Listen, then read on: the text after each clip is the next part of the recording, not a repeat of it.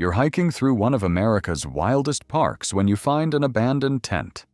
Inside, something horrifying. A severed tongue, a desperate message, and no sign of the man who vanished without a trace. This is the chilling mystery of Enzo Martel, a French explorer who disappeared in Kings Canyon, and what he left behind still haunts investigators to this day. What really happened in those mountains? Let's dive in. Enzo Martel wasn't your typical tourist. At 34 years old, this Lyon native had spent over a decade conquering some of the world's most challenging terrains. From the treacherous peaks of the French Alps to the unforgiving landscapes of Patagonia, Enzo had built a reputation among his fellow adventurers as someone who never took unnecessary risks and always prepared meticulously for his journeys.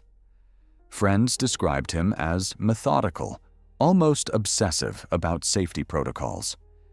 He carried redundant navigation equipment, always filed detailed itineraries, and maintained regular check-in schedules with his emergency contacts. His social media was filled with breathtaking photographs from remote locations around the globe, each one a testament to his skill and experience in the wilderness. So when Enzo announced his plans for a solo hiking expedition through Kings Canyon National Park in the summer of 2022, nobody was particularly concerned. This was, after all, what he did. The California Sierra Nevada mountains were certainly challenging, but for someone of Enzo's caliber, they represented just another adventure in a long line of successful expeditions. Enzo had researched the area extensively. Kings Canyon, established in 1940, spans over 460,000 acres of pristine wilderness. It's home to some of the deepest canyons in the United States, towering sequoia groves, and alpine lakes that glisten like jewels among granite peaks. The park receives fewer visitors than its famous neighbor Yosemite, making it perfect for those seeking solitude in nature. But this remoteness, which attracted Enzo, would soon become a crucial factor in the mystery that was about to unfold. Enzo's itinerary was ambitious, but not unreasonable for someone of his experience. He planned a 2-week solo backpacking trip through some of the park's more remote areas, including sections of the John Muir Trail and several off-trail alpine basins that promised spectacular photography opportunities. His route would take him through Bubbs Creek, up toward Forester Pass, and into the high country where few hikers venture. He carried a satellite communicator, detailed topographic maps, and enough supplies for 16 days, including 2 days of emergency rations. On July 15, 2022, Enzo checked in with park rangers at the Wilderness Permit Office in Grant Grove. Ranger Maria Santos, who processed his permit, later recalled that he seemed excited but focused. He asked detailed questions about recent trail conditions and weather patterns, demonstrating the kind of preparation she'd come to expect from experienced backcountry travelers. He had all his gear laid out on the counter, Santos remembered. Everything was organized, quality equipment. He showed me his route on the map, pointed out his planned campsites, and confirmed his expected return date of July 29th. He seemed like he knew exactly what he was doing. That was the last time anyone in an official capacity would see Enzo Martel alive. For the first week of his expedition, everything proceeded according to plan. Enzo's satellite communicator showed regular position updates as he made his way deeper into the wilderness.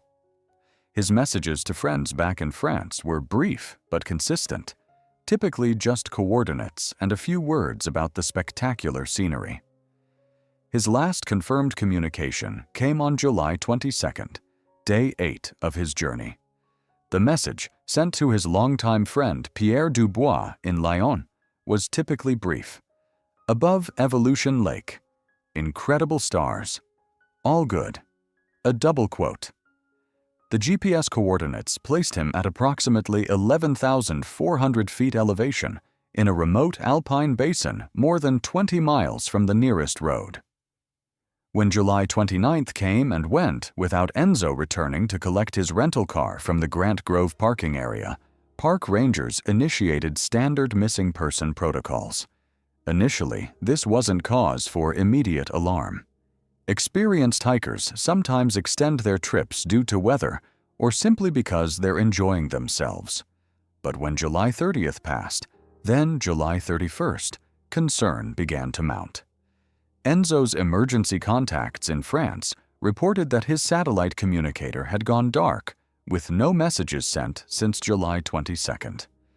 This was highly unusual for someone who maintained such regular communication schedules. On August 1st, Kings Canyon National Park launched a full search and rescue operation. The search for Enzo Martel became one of the most extensive operations in Kings Canyon's recent history. Over the course of 2 weeks, search teams consisting of park rangers, California Air National Guard personnel, volunteer search and rescue groups, and specialized tracking dogs scoured more than 200 square miles of wilderness. Helicopters flew grid patterns over the alpine terrain where Enzo's last GPS position had been recorded. Ground teams followed every trail, checked every campsite, and explored countless off-trail areas where an injured hiker might have sought shelter. The search was complicated by the terrain itself. Evolution Basin, where Enzo had last reported his position, is characterized by steep granite faces, dense forest, hidden crevasses, and rapidly changing weather conditions. Afternoon thunderstorms are common, creating flash flood conditions in streams and reducing visibility to near zero. Search coordinator Jake Morrison, a 20-year veteran of Sierra Nevada rescues, described the challenges. "We're dealing with wilderness that can hide a person completely. There are areas where someone could be 50 feet away and you'd never see them. Rock falls, tree wells, hidden alpine lakes. The mountains have 1,000 ways to swallow someone up." Despite the extensive effort involving over 100 personnel and covering terrain from 8,000 to over 12,000 feet in elevation, the search turned up nothing. No equipment, no footprints, no fabric caught on branches.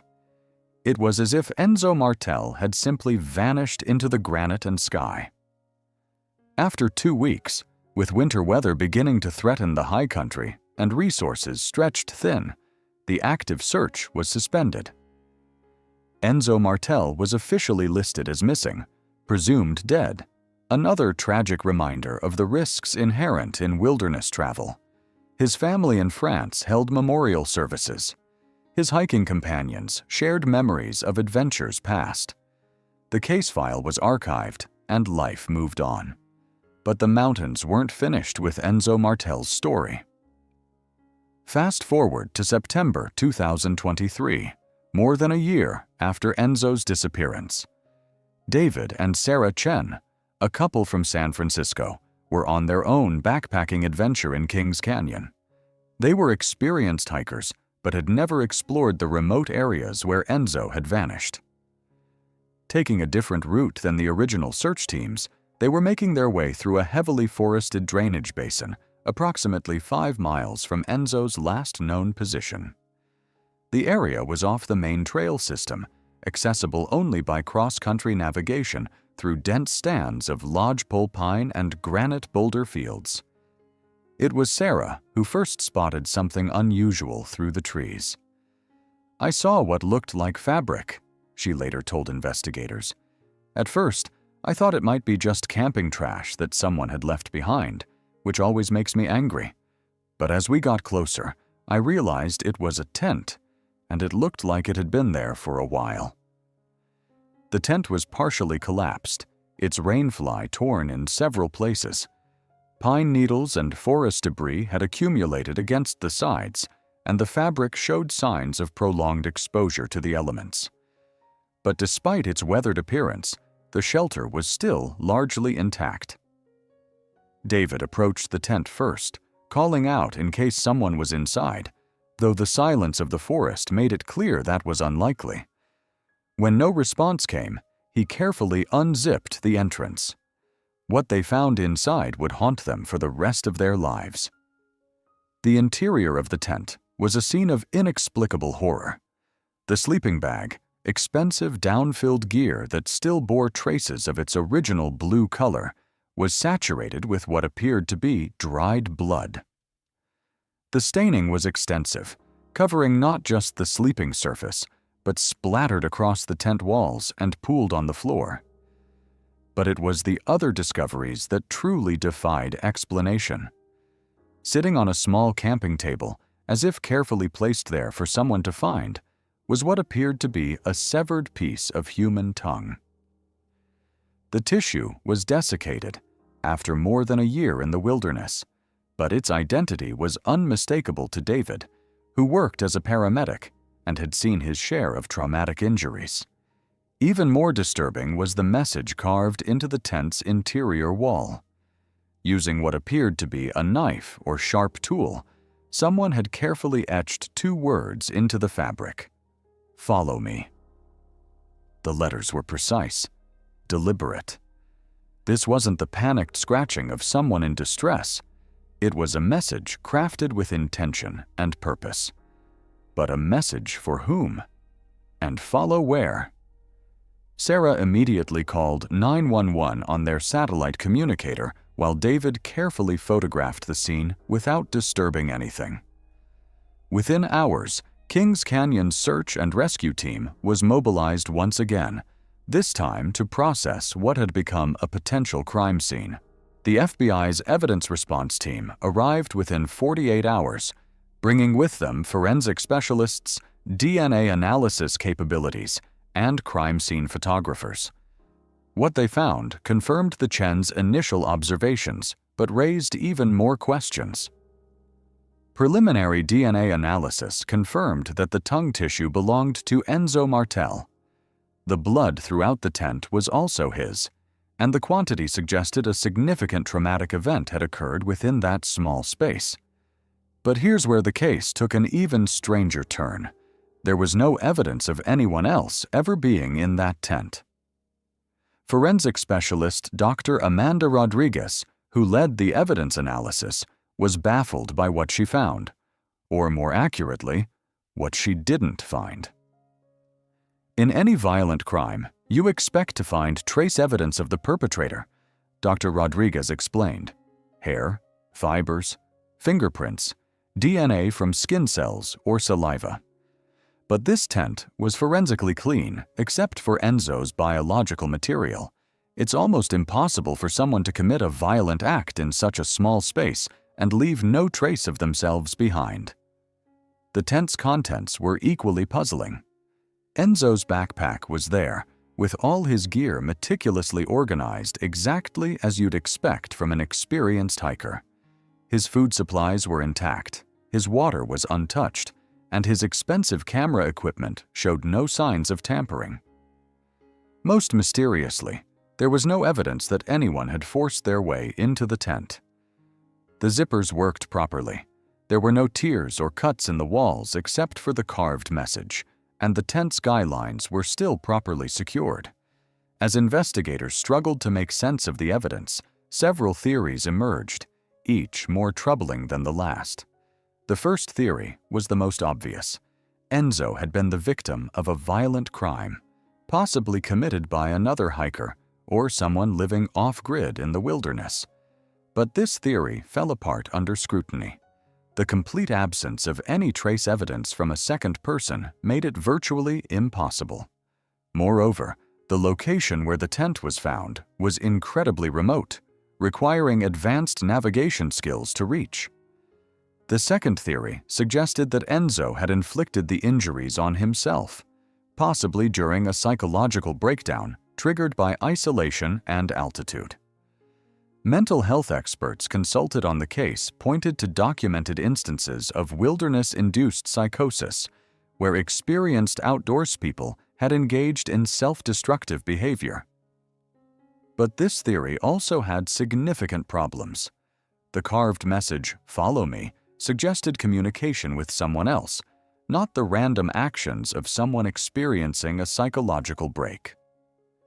Additionally, Enzo's friends and family insisted he had no history of mental health issues and had been excited about the trip, not distressed. A third, more unsettling theory began to emerge among some investigators, that Enzo had encountered something or someone in the wilderness that had caused him to mutilate himself as a form of communication or plea for help. But this raised the most disturbing question of all. If Enzo had carved "Follow me" as a message to potential rescuers, where was his body? And what had he wanted them to follow? With new evidence to work from, Kings Canyon National Park launched a second massive search operation focused on the area around the discovered tent. This time, they had a specific location to work from and could expand outward in systematic patterns. The search teams included cadaver dogs, thermal imaging equipment, and ground-penetrating radar units capable of detecting buried remains. They explored every cave, every crevasse, every possible location where a body might be concealed within a 5-mile radius of the tent. What they found only deepened the mystery. About half a mile from the tent site, searchers discovered what appeared to be a deliberate trail of small personal items. A spare battery from Enzo's GPS unit was found wedged in a tree branch 8 feet off the ground. 50 yards further, searchers found one of his hiking socks, clean and carefully placed on a boulder. Another 100 yards along the same bearing, they discovered Enzo's compass, its face smashed as if someone had deliberately destroyed it.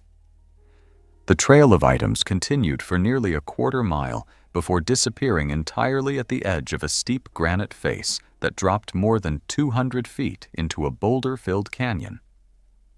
But at no point did they find Enzo's body. As news of the discovery spread, several individuals came forward with potentially relevant information about the time period surrounding Enzo's disappearance. Tom Bradley, a wilderness photographer who had been working in the area during July 2022, reported seeing unusual lights in the forest on 3 separate nights around the time Enzo went missing. The lights appeared to move in patterns inconsistent with normal camping activities and were visible from his position more than 2 miles away. They weren't the steady glow you'd get from a campfire or the random movement of flashlights, Bradley told investigators. These lights moved in deliberate patterns, almost like signals. I remember thinking it was odd, but I figured maybe someone was doing night photography or conducting some kind of research.